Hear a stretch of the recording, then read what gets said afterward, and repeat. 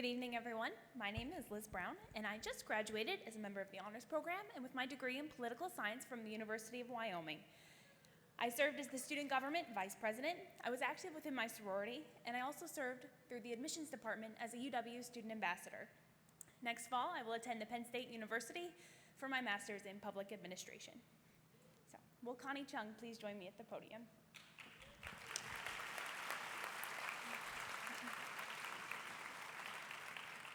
Connie Chung is a multiple Emmy winner, news correspondent and anchor with more than 40 years experience in television news. She has worked for the major television networks NBC, CBS, ABC, CNN, and MSNBC. A trailblazer, she was the first Asian American and the second woman to ever hold the job of a nightly news anchor for a major network when she became the co-anchor of CBS Evening News in 1993.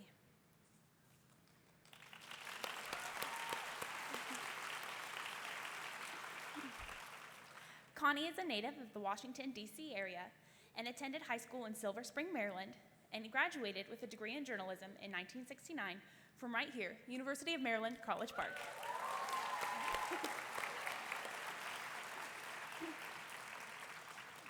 Upon graduation, Connie started her career as a secretary for a local Washington TV station with hopes of becoming a news writer.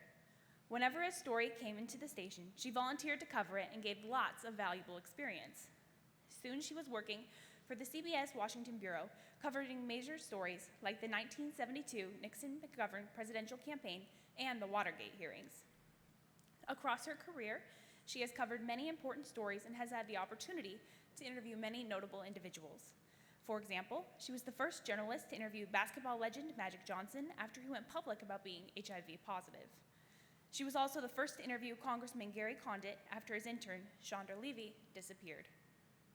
Unsurprisingly, Connie has received numerous accolades for her work, including 3 National Emmy Awards, a George Foster Peabody Award, a 1991 National Headliner Award, 2 American Women in Radio and Television National Commendations, and in 1990, she was chosen as a favorite interviewer by U.S. News and World Report in their annual Best of America survey.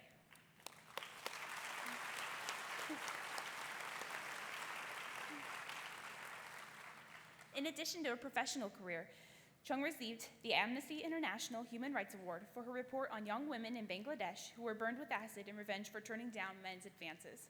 She also won several awards for Justice Delayed, an investigative special that uncovered new information in the 1966 murder of a black Mississippi man that led to the trial and conviction of his killer. Connie Chung, I am incredibly excited to introduce you this evening because of your astounding and fearless abilities to succeed in your career as a powerful and driven woman. You never faltered in asking the tough questions or in seeking the impossible opportunities, and I can only hope to one day be half as inspirational and groundbreaking as you are today. It's with great admiration for your work that the National Conference for College Women Student Leaders organizers and attendees, including myself, honor and recognize you as a 2011 Woman of Distinction.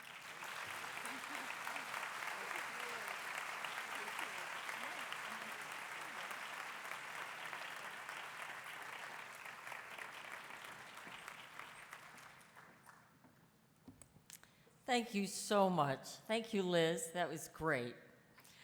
I'm very, very thrilled to be here, especially on my old stomping grounds here at the University of Maryland. I used to come to the student union because I was a commuter. We didn't have enough money to, have me stay at school to be a resident here. And so I used to come here to the student union to hang out and play pool. It didn't look like this. It was, it was much smaller, I think. But I grew up in a family of all women, except my father, of course. 4 sisters, a family of 5 girls. My parents were born and raised in China, and my 4 older sisters were all born in China. They came in 1945, and I was born in 46 in Washington, D.C. My parents actually had 10 children in China. I was really the 10th. They lost 5, 3 of whom were boys, and 2 were girls. In China, you know, you don't want girls, you just want boys. You put girls in a bag, you throw some rocks in the bag, and you throw it in the river. Because boys carry on the family name, and the family becomes bigger because the women come to live with their husbands, and then the patriarch of that family becomes grander and bigger. You lose daughters. So I always thought that my father dearly missed not having a son. He raised, my mother was an extremely strong woman. She had a very deep voice for a little Chinese lady, and my father was quite ingenious when he was able to bring the family to the United States. I think the two of them instilled in all 5 girls an incredible toughness. I tell you, my sisters are the ballsiest women I know. They, for some reason, I don't know how my parents did it, but they raised very strong women. All of them were driven, accomplished, ambitious, very sociable, beautiful. It was truly the Chung sisters.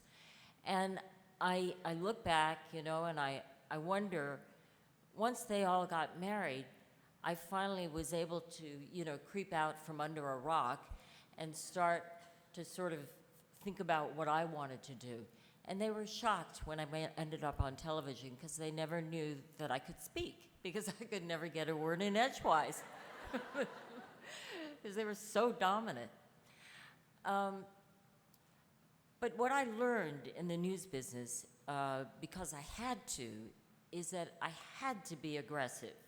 There was no way I was going to get a story. There was no way that I was going to get my questions answered unless I spoke up. So my thoughts to you have to do with very simple things, because I know that you're smart. I know that you're driven. I know that you're ambitious, because you wouldn't be here. You wouldn't be here tonight unless you were aiming to be a leader. So I know you will work harder than everyone else. I know that you are striving. So to me, to compete in this world, which is still dominated by men, it hasn't reached a level of parity yet. We are still the worker bees.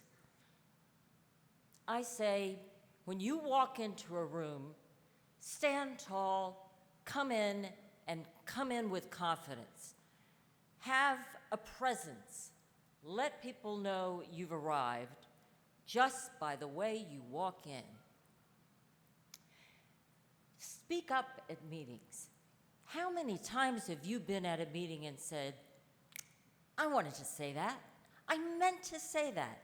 Madeleine Albright, who became Secretary of State, said that she used to be a member of the National Security Council.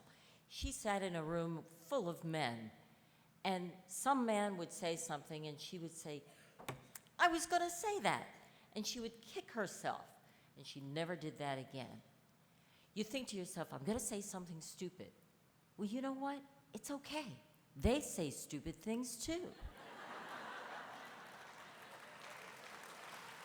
Go ahead, open your mouth, and believe me, you're smarter than they are anyway, and you are going to say the right thing, and people are going to notice. How many times have all sorts of things like that happened to you? Here's another thing. Toot your own horn. You know what? We women are so nice. We say, you know, it was really the team. You know, so-and-so did it, and so-and-so did it, and if I didn't have so-and-so with me working on it, and that person, you know, we never would have gotten it done. You know what the men say? I did it. I've been successful for 25 years. You know, I've had back-to-back-to-back successes. Do you know that bosses need to know that? So you don't have to be obnoxious. Just go up there and say, this thing couldn't have gotten done without me. You know, I really was I was the real key, you know? And Joe, you know, the team leader, he was great. He has given me credit for everything I have done, hasn't he? Didn't he tell you what a great job I did? Don't be shy, you know? If the gang is going out for a drink, you say, "Where are you going? I'll meet you there." Have a sense of humor. You know, if somebody tells a joke and it's dirty and you don't be shocked, laugh. And I don't mean, I mean, ha ha ha ha. You know, and for God's sake, don't cry.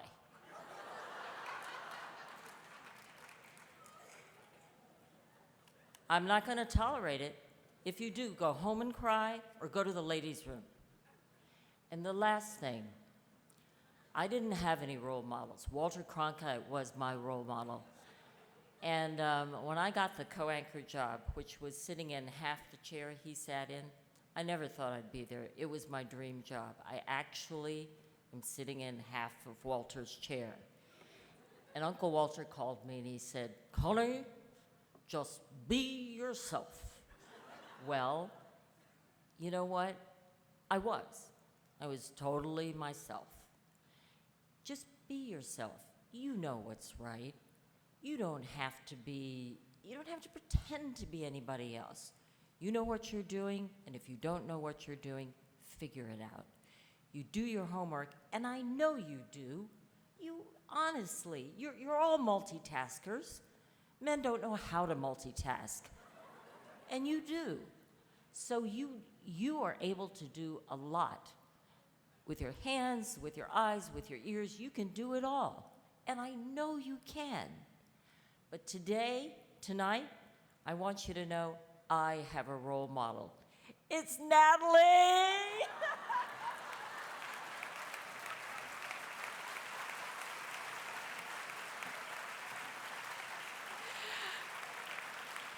I want to be Natalie when I grow up. I really do. Is she too cool? So, actually, I have one final thing. Support your sisters.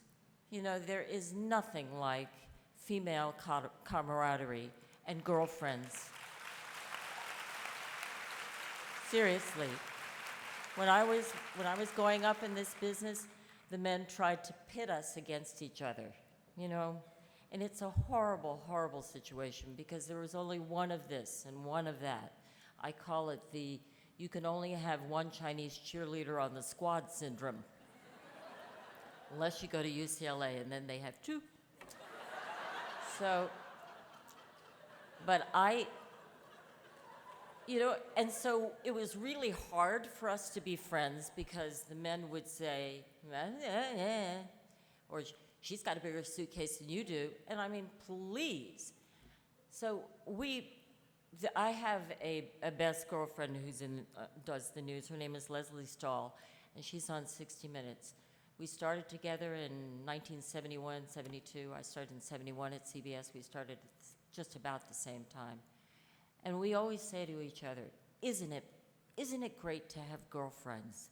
You know, the girlfriends will be there for you. You can tell them anything, and even if you don't talk to each other for a week, you have a lot to talk about, and she'll always understand. So support each other. Don't go to work and say, you know, she's competing against me, and it's either her or me. It's not that way. You get together.